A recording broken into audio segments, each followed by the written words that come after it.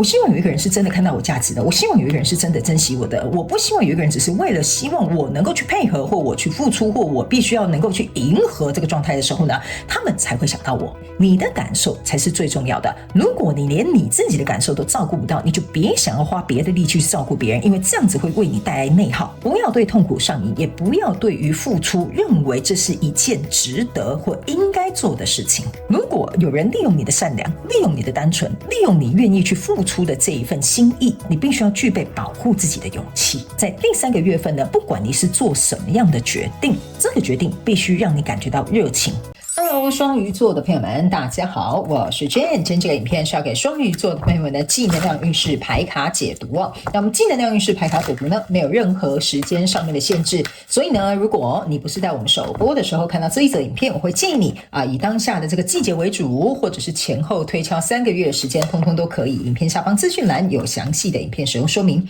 那当然呢，我也相信什么时候看见就是最适合你的时间点，所以你也可以不需要拘泥这些时间去享受这些讯息要为你带来的协助就可以了哈。好，那我们今天呢，一样在开场的同时，会跟双鱼座的朋友们稍微说明一下有关于我们这一次正能量运势牌卡解读的整体架构跟流程啊。那我们正能量运势牌卡解读有分为上下半场，上半场的部分就是你现在看到我正在翻牌的地方，我们会在上半场来跟大家就是说明有关于呢这个各个月份的一些能量场的一些概括。接着呢，我们会来分析有关于各个月份能量场的气场会带来什么样的变动。紧接着呢，也会在上半场来跟大家分析有关于本季外在发生的事件是你哪些内在能量的这个写照啊。OK， 那呢，接着我们就会进到这个下半场的延伸牌卡解读。那下半场的延伸牌卡解读呢，在第一个部分，我们会先来跟大家用这个宇宙验证牌卡来验证我在各个月份以及本季要告诉你的这些讯息的一些症结点、关键点以及可能会发生的事件。那在第二个部分呢，我们会来提醒双鱼座的朋友们，在本季每个月份在这一季过程当中，你有哪些面向需要清醒过来，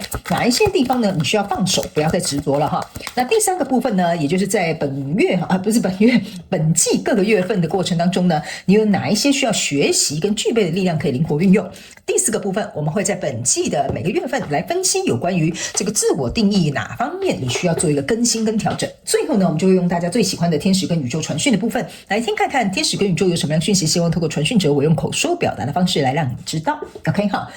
那我们在进入到你今天的正能量运势牌卡解读之前呢，跟新来的朋友们说明一下，等一下我在解牌的过程当中，我会讲第1个月份跟第2个月份跟第3个月份，代表是这个季度的首月、次月跟末月。 OK，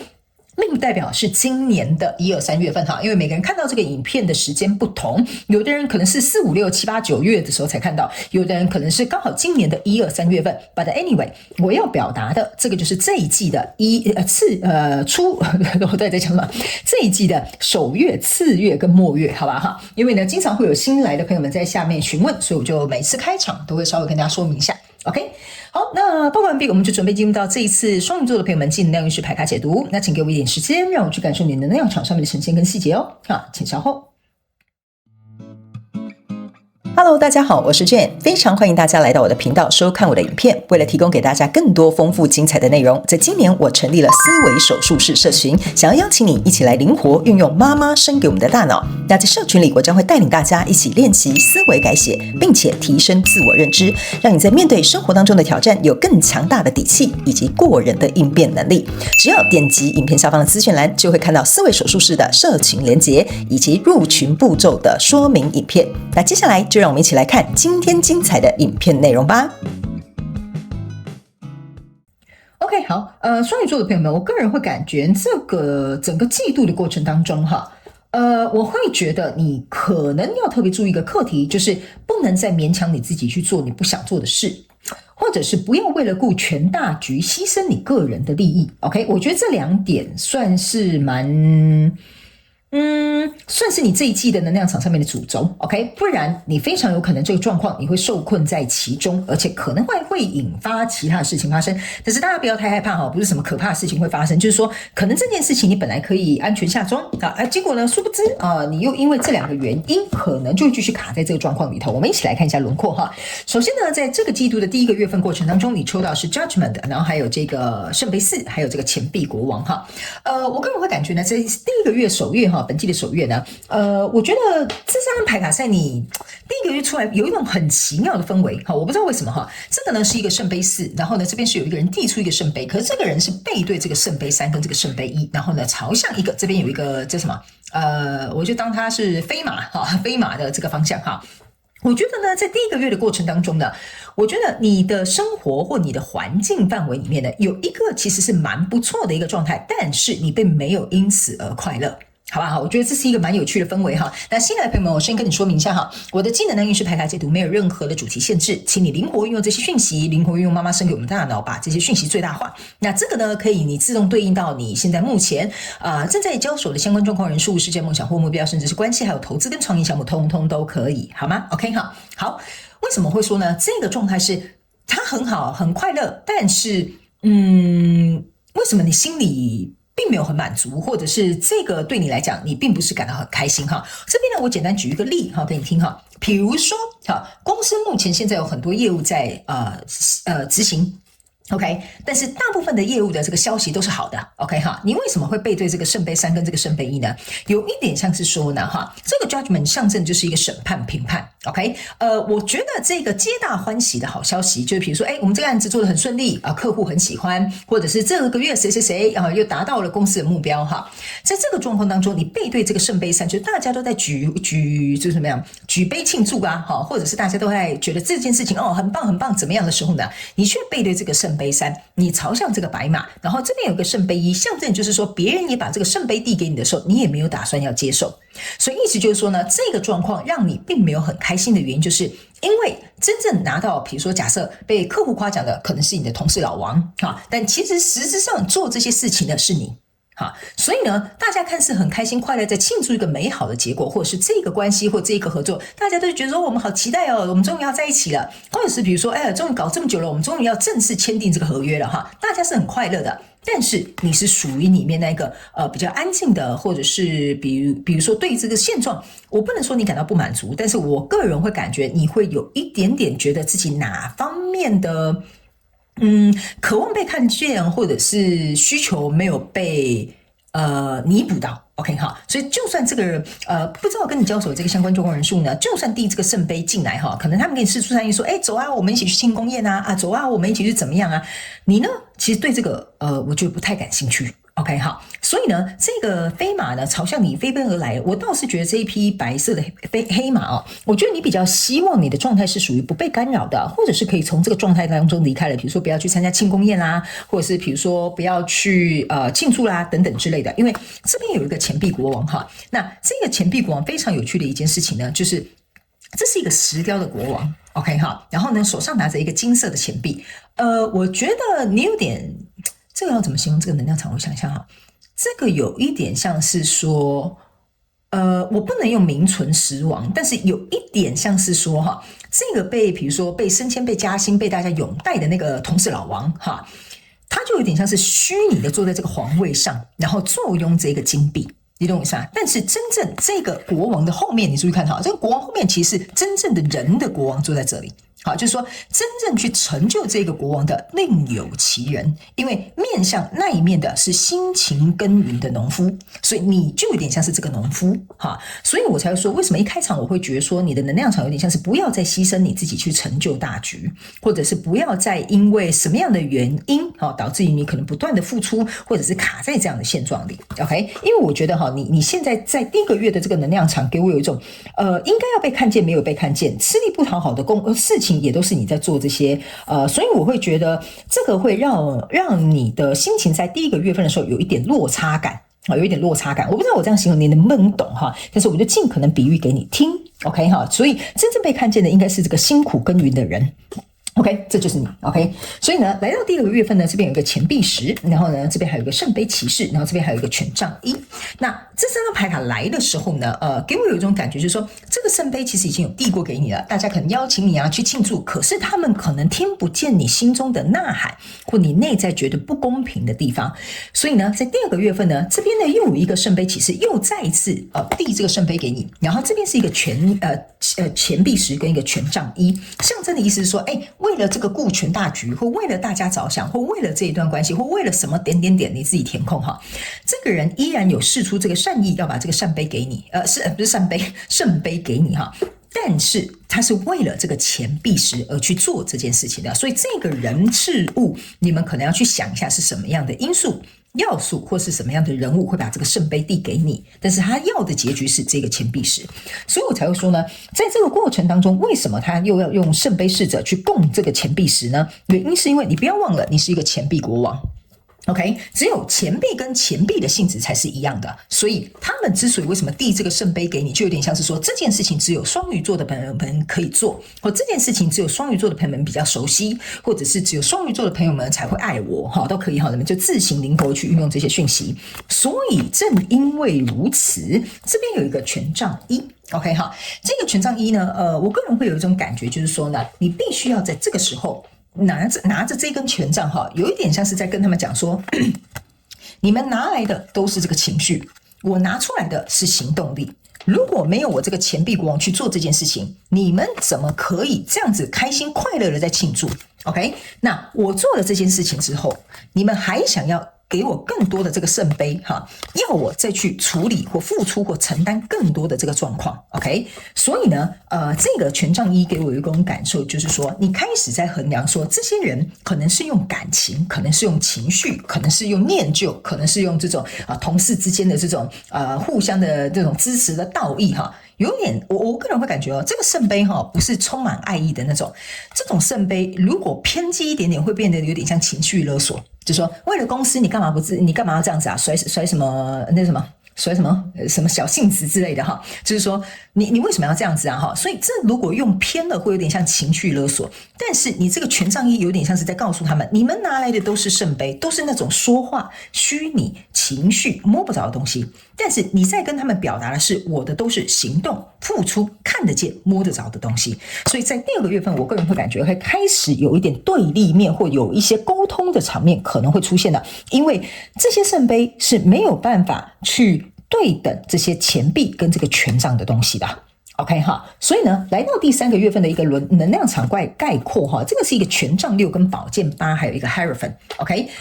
我个人会感觉呢，双鱼座的朋友们在这个第二个月份这个能量场哈，有一点像是，如果我刚刚讲的这一季的这两个课题哈，你不想要再过分的牵涉在其中，或者是备受影响，或者是被利用，或者是被牺牲哈。我觉得第二个月应该是一个翻转的时期，因为来到第三个月，我拿到这个能量场的时候是。某部分的这个怎么讲？我怎么说呢？某部分双鱼座的朋友们哈，我觉得如果你是心软的那一派呢，这个状况它可能还没有那么快被解决。OK 哈，原因是因为呢，这边是一个宝剑八哈，这边是宝剑三，这边是宝剑五，象征的意思就是说呢，如果你目前离开这样的状况，你在某些地方可能会有损失，或者是可能会对你造成伤害，或可能会对你造成不必要的这种状况发生啊，所以这个也会造成你在第三个月某部分双鱼座的朋友们，你会感觉自己好像动弹不得，暂时找不到出路。那这个权杖六，你可以注意看到，这边有很多人拥戴这个人骑上这匹白马，这个白马在哪里？在这里啊，就是这个白马飞过来的这个白马，它在第三个月的时候出现的哈。我刚刚是放反了，好，它在第三个月出现的哈，其实它第一个月就飞过来，只是还没有那么靠近。第三个月呢，这是一个白马，就是你骑上去了。然后呢，这些人呢，就是在这边好像挞伐你说你要去哪里？为什么呢？我觉得呢。这边分两派哦，一派就是你受困在这里，可能害怕损失，然后害怕会有什么样的变动，害怕什么样的这些双鱼座的朋友，你就会留在这。另外一派的人，你会去对不起啊，太多牌了，你会去骑上这匹白马，拿着你的权杖，站到这个位置上。即使这些人去挞伐你、阻碍你，说你怎么可以这样啊？怎么可以背叛我们啊？你怎么可以这么不负责？你怎么不帮助我们你都不会管他们，你会骑的这一匹自由的白马，朝向你自己想要的方向。所以在第三个月，我个人会感觉这两个分派是很明显的。但是在这里中间做的这张牌卡叫 Hierophant， 这张牌卡是要告诉你，不管你是这派的双鱼可能会留在现状，或你决定要拿起自己的权杖朝向一个新的方向的双鱼座的朋友们都无所谓。在这个过程当中呢，你们都会得到你们要的成长。那如果你是骑白马的那一挂的朋友们呢，就是说你开始意识到了，如果我想要朝向一个更深一级的，比如说友情，或者是爱情，或者是比如说同事之间的这些状况，或者是得到一个比如说长官真正能够欣赏你的能力的话呢，你开始意识到我要离开这个环境。好，或者是我不要再受到他们的情绪勒索或情绪，或者是这种牵关系这种方式来让你自己受到阻碍。OK 哈，那另外一派，你感觉你可能受困，暂时还没有办法做决定，或很害怕损失，所以暂时按兵不动的双鱼座的朋友们呢，这个 Hierophant 也是象征另外一个，就是说你在这个课题当中呢，就是在牵涉在其中这个人事物，还有一些课题要学习。那这个学习的意思就是说，你为什么害怕损失？例如说，可能你自己本身资金不足，所以你很害怕。现在已经投入了，如果这个时候抽手的话呢，那可能就有去无回哈。比如说，我就简单举例，那这个可能就是其中一个损失。OK 哈，那你很害怕，如果背叛他们，可能会引出比如说什么其他的事件发生哈。因为这个宝剑五象征就是说，我很害怕，如果离开这间公司，可能我在这个业界名声就不好哈，所以以后我找工作就不方便哈。这个就是有点像是说。你要去思考，你要怎么样去学习，就是说，你离开这个状态，或者是你做这件事情之后呢，为什么别人攻击你这件事情会造成你动弹不得的原因哈？所以这个就是你另外学习的课题。我只是简单举2个例子让你听 ，OK？ 那你们要自己灵活去运用。如果你是选择待在目前这样相同的状况里面的双鱼座的朋友们，你可能要去想一下这个宝剑五对你的课题是什么。好吧 ，OK 哈，所以我没有办法对应到每个人，但我尽可能去做一个简单的举例说明。OK， 好，那接下来呢，我们要来看各个月份的能量场会带来，各个月份的气场会带来什么样的变动哈。来，首先这一张牌卡是一个十字架，我必须要跟大家讲哈，这个十字架在这次季能量运势牌卡解读哈，你们都有看到牌都是在你们面前写的。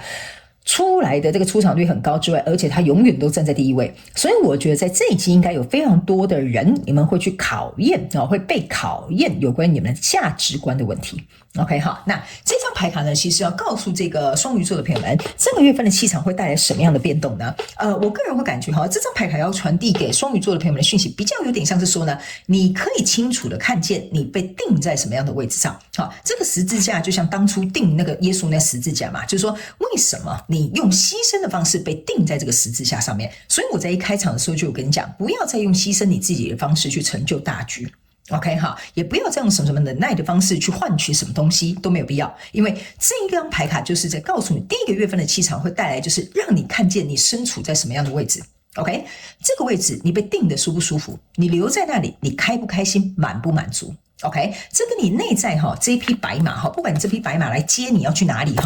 你去想一下。为什么你心里会希望渴望这件事情有一个转换？因为这个白马也可以象征是有没有人新的机会进来，有人来拯救你，或者是有人来帮助你，或者是有人来帮你说些什么这个都可以你们可以自行灵活去用这些讯息。所以这张牌卡的意思就是说，会带来的变动就是你会不会因为自己身处在这样的关系，而把拯救自己或者是突破这个状况的这个机会可能放在别人的身上。意思就是说，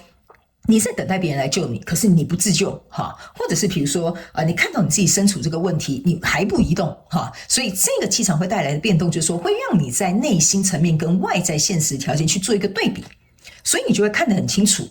你现在的弱点在哪里，你身处的位置在哪里，然后你内心渴望的东西又在哪里，好不好所以我觉得第一个月份这个大家举家欢腾的这个状况你反而是那个很落寞没什么情绪，或者是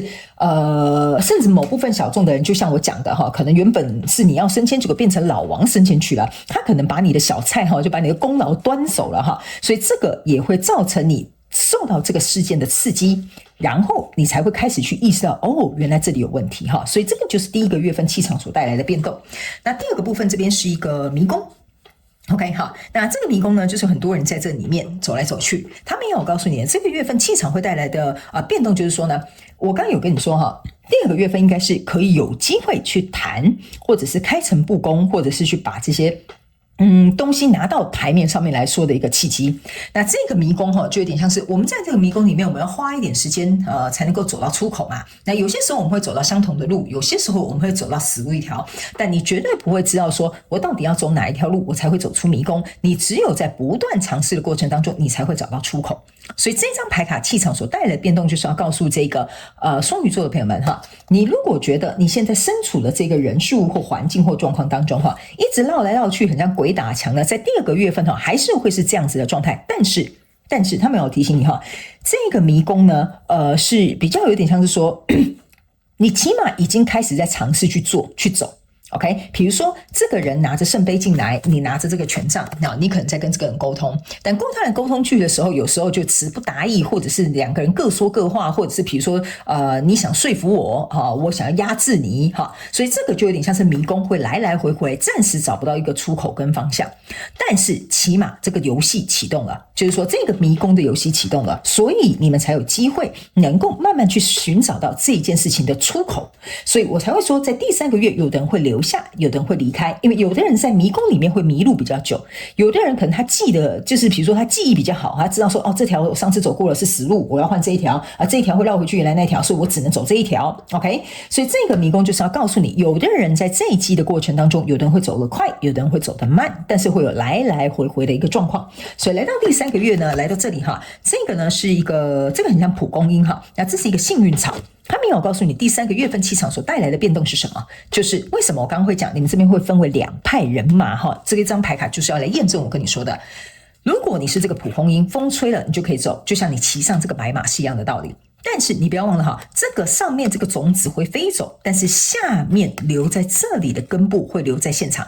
留在现场，或是这样讲吗？留在原地OK 有点像是你们有看过蒲公英，风一吹它是不是上面那些白白的那些种子就飞走了？可是它的身体它的根还有它的叶子都还是留在原地的。所以呢，这张牌卡是2号牌，我们才会告诉你这个气场所带来的变动，就是切离分割的时间到了，你要选择留下，还是你想要选择自由自在的飞翔？我刚刚呢在跟你解释这个白马的时候，我有特别用一个字叫做自由。就是这种自由的感受。所以呢，我觉得在第3个月呢，气场带来的变动就是你想不想重获自由，你想不要从中间脱困，还是你想要待在原地，那也没有关系。而且待在原地并不代表受苦双鱼座的朋友们，因为待在原地这是一个幸运草。我刚刚有跟你说了，你这个 Hierophant 其实待在原地的那一派的双鱼座的朋友都还会学习到你需要的课题。OK 只是那个课题你要去想一下，因为每个人有点不太一样。OK， 好，那接下来我们来看本季所外在发生这些事情是你内在哪些能量的写照。OK 这个叫做上瘾跟 I like you， 就是我喜欢你。OK， 这个呢就是为什么我在开场就讲不要用你的牺牲去换来大局的安稳。OK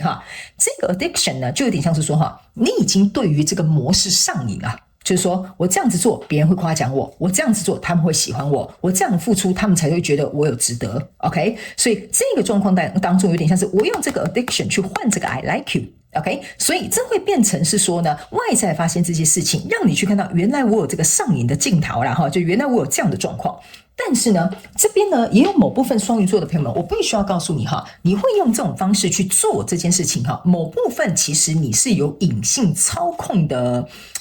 我不能说你有这个意图，但是可能你会下意识或不知道自己在做这件事情。为什么呢？这边我解释给你听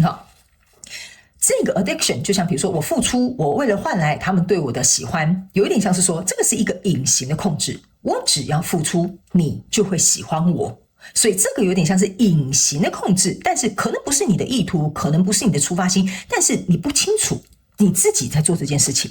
OK 所以会变成是说呢，在这个过程当中呢，你跟这个跟你交手相关状况人数就会进入一个我觉得有点交换的这种，或者是互换的这种利益存在的一种，我不知道这是健康还不健康但是我觉得并不是很 OK。 因为你注意看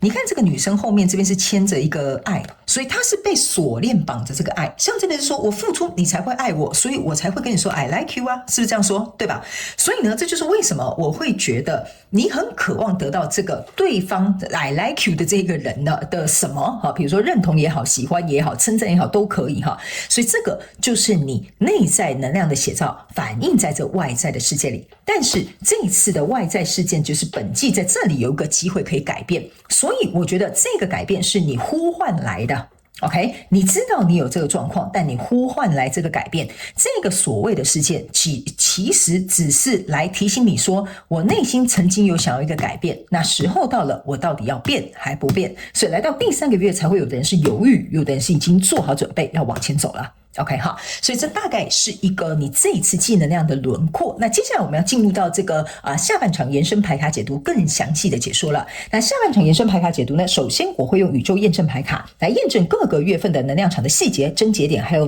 会发生的事件，甚至了解一下你内在情绪的状态。第二个部分，我们会来看在各个月份跟本季的过程当中呢，双鱼座的朋友们在哪些面向需要清醒过来，哪些地方需要放手，不要再执着了哈。第三个部分，在每个月份的整个季度我们有哪些需要学习跟具备的力量可以运用。第四个部分，也就是在这一季有哪些自我定义，在每个月你需要做一个更新跟调整。那最后呢，我们就会进入到天使跟宇宙传讯的部分啦。OK 哈，所以呢，如果你也想要加入到我们下半场延伸牌卡解读的朋友们，欢迎你们来到我们这个影片下方的资讯栏，有第一行哈，就是我们下半场延伸牌卡解读的入口。所以欢迎你们以行动来支持我们的频道，好吧？哈，那我也希望上半场的这个轮廓可以稍微让部分的双鱼座的朋友们可以了解一下，到底会发生什么样的事情。那我们在下半场延伸牌卡解读再来做一个更详细的解说，好不好哈？所以欢迎你们一起来加入，也非常感谢这个双鱼座的朋友们来收看我的影片，也希望你会喜欢。那我们就下半场延伸牌卡解读见咯，拜拜。